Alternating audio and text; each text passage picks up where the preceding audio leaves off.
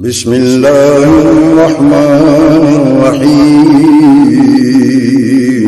شروع اللہ کے نام سے جو بڑا مہربان نہایت رحم والا ہے۔ بیان کریں ضیاء الرحمن۔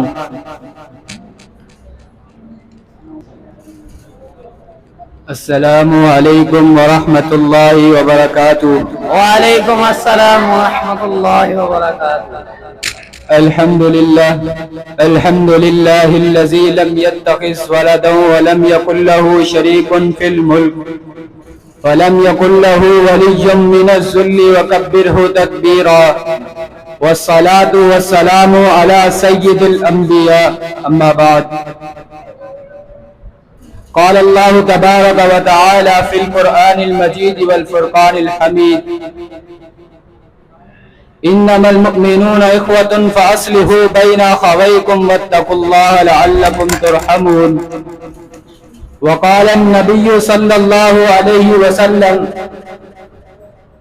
ایاکم والحسد فإن الحسد یأکل الحسنات کما تأکل النار الحطب، رواہ ابو داؤد۔ ہر قسم کی حمد و ثنا اس اللہ وحدہ لا شریک کے لیے جو مالک الالام ذوالجلال والاکرام ہے۔ درود و سلام ہو امام الانبیاء خاتم الانبیاء جناب محمد مجتبی صلی اللہ علیہ وسلم کی ذات اقدس و مطہر پر۔ سامعین محترم، دین اسلام اللہ رب العالمین کا سچا دین ہے، اور تمام باہمی رشتوں میں سب سے اہم ترین رشتہ اسلامی اخوت اور بھائی چارہ ہے، کہ جس کے بارے میں اللہ رب العالمین نے قرآن مجید میں ارشاد فرمایا: انما المؤمنون اخوة فاصلحوا بین اخویکم واتقوا اللہ لعلکم ترحمون۔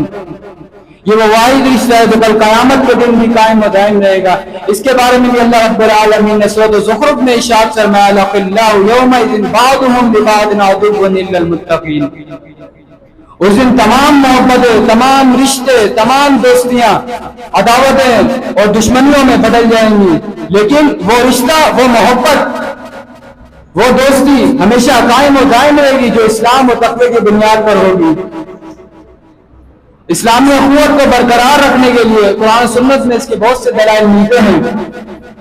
اللہ رب العالمین نے ارشاد فرمایا: محمد الرسول اللہ والذین معه اشداء علی الکفار رحماء بینہم۔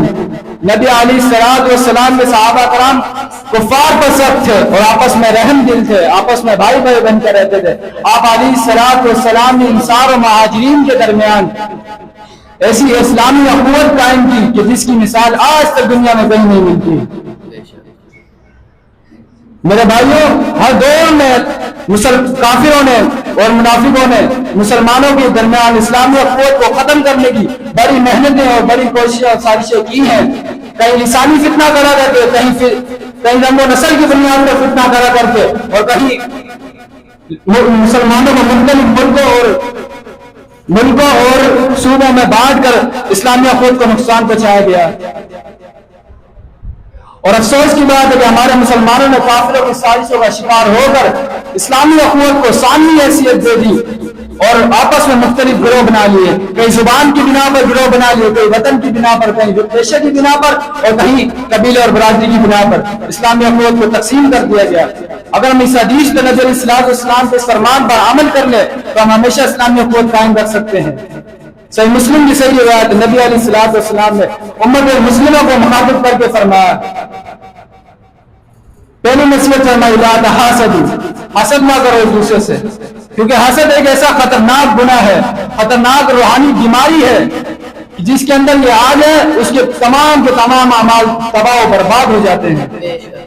اسی لیے تو اللہ رب العالمین نے حاسد کے شر سے بچنے کے لیے سورۃ الفلق میں ارشاد فرمایا: ومن شر حاسد اذا حسد۔ اور حسد کرنے والے کے متعلق نبی علیہ الصلوۃ والسلام نے فرمایا: ایاکم والحسد فإن الحسد یأکل الحسنات کما تأکل النار الحطب۔ دوسری نصیحت نبی علیہ الصلوۃ والسلام کی: ولا تباغضوا، ایک دوسرے یہ بغض نہ رکھو دل میں، کیونکہ آج ہمارے معاشرے میں بغض اس قدر بڑھ چکا ہے کہ ہم معمولی سی بات پر سال سال ناراضگی قائم رکھتے ہیں۔ اس سے اسلامی اخوت کو بہت نقصان پہنچتا ہے۔ تیسری نصیحت نبی علیہ الصلوۃ والسلام کی ولا تناجشوا، دھوکہ نہ دو کسی کو. کاروبار میں، تجارت میں دھوکہ کرنے سے، ہیرا پھیری کرنے سے آپس میں عداوتیں پیدا ہوتی ہیں، دشمنیاں پیدا ہوتی ہیں، محبتیں ختم ہو جاتی ہیں اور نفرتیں جنم لے لیتی ہیں. اس لیے تو نبی علیہ السلام نے فرمایا ولا تناجشوا، دھوکہ نہ دو کسی کو. اور تیسری نصیحت نبی علیہ السلام نے فرمایا ولا تدابروا، قطع تعلق ہی نہ کرو، ایک دوسرے سے بول چال بند نہ کرو، کسی سے بائیکاٹ نہ کرو، کسی مسلمان بھائی سے بائیکاٹ نہ کرو، اس سے بول چال بند نہ کرو. ہاں اگر آپ کو کسی سے زیادہ تکلیف پہنچی ہے تو آپ اس سے ناراض ہو سکتے ہیں، آپ کا حق بنتا ہے ناراض ہونا، مگر نبی علیہ السلام 3 دن سے زیادہ ناراض نہیں ہو سکتے. اس کے بعد آپ کو اس سے سلام کرنا پڑے گا، ویسے جیسے پہلے تعلق تھے ویسے آپ اس کے تعلقات رکھنے ہوں گے. کیونکہ قطع تعلق بھی ایسا خطرناک گناہ ہے کہ اس سے کوئی عمل جو شخص قطع تعلق ہی رکھتا ہے اس کا کوئی عمل قبول نہیں ہوتا. اور نبی علیہ السلام نے فرمایا انسان کے اعمال ہفتے میں 2 دن پیش کیے جاتے ہیں، پیر اور جمعرات کے دن.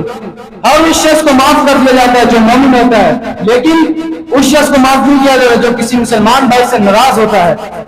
اس کے بارے میں اللہ رب العالمین کہتا ہے اترکوا ہذین، چھوڑ دیں ان دونوں کو یہاں تک کہ دونوں صلح نہ کر لیں. چوتھی نصیحت فرمائی کسی بھائی کی بے پر بے نہ کرو، وکونوا عباد اللہ اخوانا، اور آپس میں بھائی بھائی بن کر رہو. اسی طرح وضاحت کرتے ہوئے آگے فرمایا المسلم اخو المسلم، مسلمان مسلمان کا بھائی ہے.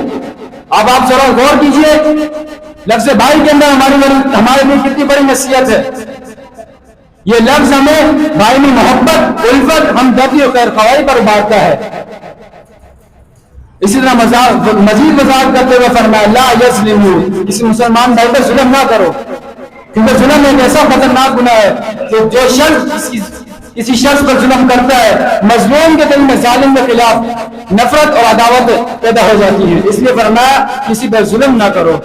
اور مزید فرمایا ولا یحقروا، کسی کو حقیر نہ جانو، کسی کو حقارت کی نظر سے نہ دیکھو. یہ تحقیر ہی ہے جس کی وجہ سے یہ بڑے بڑے گناہ پیدا ہوتے ہیں. مثلا غیبت، گالی گلوچ کرنا، کسی کا مذاق اڑانا، یہ سب تحقیر کے نتیجے میں پیدا ہوتے ہیں. حقیقت تو یہ اگر کسی انسان کے دل میں کسی کے لیے اگر احترام ہوگا وہ کسی کو اس کو گالی نہیں دے گا، اس کا مذاق نہیں اڑائے گا، اس کی غیبت نہیں کرے گا. اسی طرح آپ نے فرمایا کہ کسی مسلمان کو نہ حد قتل نہ کرو، کسی کی عزت نہ لوٹو، اور کسی کی عزت پہ ہاتھ ڈالنا، اس سے نبی علیہ السلام نے منع فرمایا. اللہ سے دعا ہے جو کچھ سنا اپنی بارگاہ میں قبول و منظور فرمائے. وما توفیقی الا باللہ.